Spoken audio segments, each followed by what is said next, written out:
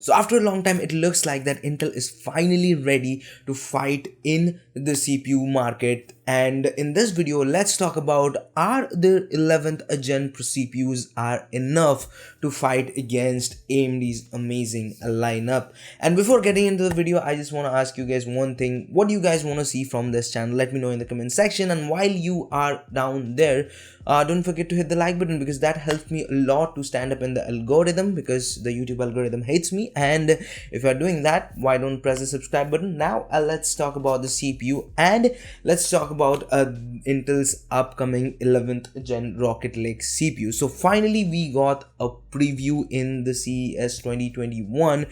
They showcased their 11th gen i9 11900K, and as per them, it is going to be, not probably as per them, for a lot of Intel fanboys, it looks like that it is gonna take the fastest gaming CPU's crown again.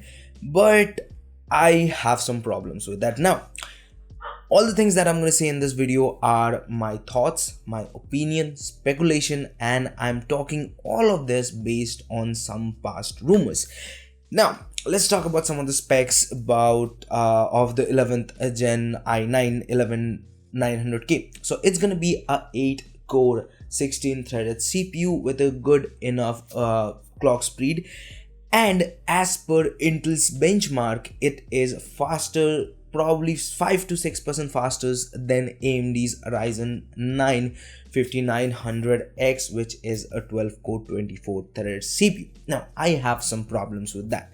Intel showcased their cherry picked benchmark, and to be honest, not only Intel, if like AMD was showcasing their benchmark against any CPU, whether it's from Intel or anybody, yes, there's only Intel making in the x86 market.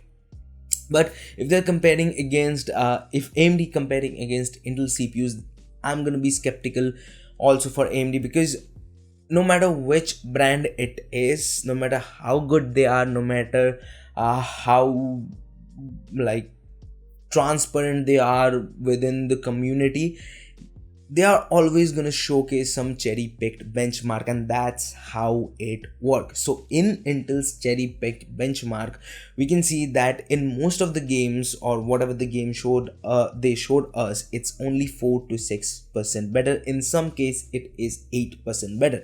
But here's the thing, it is, all the benchmark were done in 1080p. Now, in 1080p or 720p, that is where you're gonna see a lot of difference between two CPUs. But when you move or go to a higher resolution, the difference started to become smaller and smaller. And to be honest, if you are buying a i9 CPU, then I'm probably guessing that you could afford a 3080 or 3070. And if you are using a 3080 or 3070, then I hope that you are playing your games in probably over 1080p resolution. And if you're not, then it's just a waste of that 3070's power or 3080's power. But if you are esports player, then I can understand you. But most of the benchmark that Intel showed us, they are not esports title. Now, even though it's 8 to 9% better from Ryzen 9 5900X, remember one thing, the 5900X isn't the fastest gaming CPU in the world, it is the 5950X. And the difference between 59 and 50X not that high, it's marginable. And to be honest, if Intel's benchmark becomes true, which we have, like, judging by the past, let's leave it on air quotes, but if it is true that it is really 5 to 8% better than the 5900X, then it is going to be similar or barely better than the 5950X. So I am not sure it is going to be the fastest gaming CPU in the world, but again, 1% lead is a lead.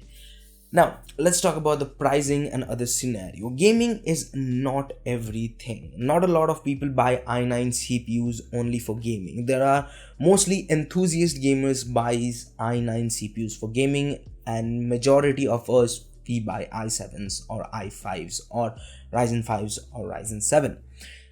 Now the price, as per the rumor that I have talked about in my past TD News show, which you can check out right here, it is gonna be 499 euros. And if we compare, and without tax, and if we compare that price with the Ryzen 9 5900X, it is still a little bit expensive, and at the same time it is going to be a 8 core CPU. So that means that in the multi-threaded workload, AMD is still one step ahead. Now a lot of people are gonna say that Intel is a much more mature platform, the BIOS are good, the drivers are better than AMD, and I cannot agree with you more. Obviously Intel was there for a long time, and even though this Rocket Lake CPU is a new CPU, the core architecture is based on Willow Cove, but still it's kind of based on the Skylake architecture.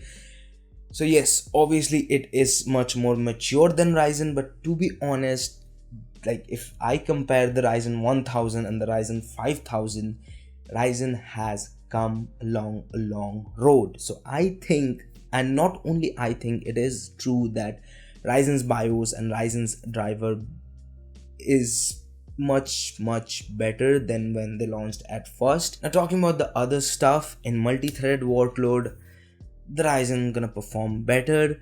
And again, even though it is 5 to 8% better than the Ryzen, it's just marginable. And if you are buying a i9 or a Ryzen 9, most of the time, I'm sure for most of you, you're gonna do more than gaming, and in that case the Ryzen theoretically is better. Now all of this is theoretical, we haven't seen the real performance from any third-party reviewers, neither it has been officially launched or the price has been officially talked about. So we don't know about the official pricing, neither the official performance.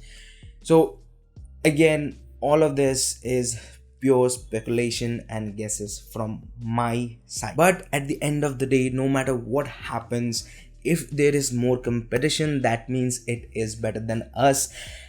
And if anybody want to say that I am a AMD fanboy, believe me guys, I have no brand loyalty towards any brand. Like, I'm gonna switch over from any brand if I'm getting a much valuable product. Again, I'm not a brand loyal person towards AMD or Intel, and to be honest, I want Intel to perform better, because whenever Intel gonna perform better, AMD gonna continue to innovate, AMD gonna continue to compete, whether it's in their IPC range or in the multi-core range.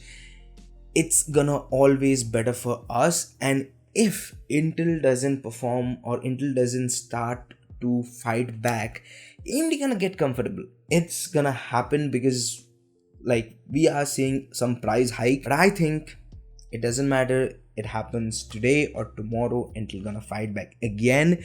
And they are doing some good stuff, like the 11th gen CPUs are backwards compatible, they have PCI 4.0 support, and also they have more PCIe lanes. But no matter what happens, it looks like that the future is gonna be interesting, and 2021 is gonna be a heck of a year for us PC enthusiasts. But again, there's it for this video. If you like this, hit the like button. That will help me to fight against the algorithm, as I said earlier. And if you don't, leave it a dislike, but remember, it will hurt so bad, like you wouldn't even understand. And if you want to watch more videos from us, check out this video right here. And if you want to subscribe, which I appreciate if you do that, well, do it by here. And there's Akash, and I'll see you guys in the next one. Peace.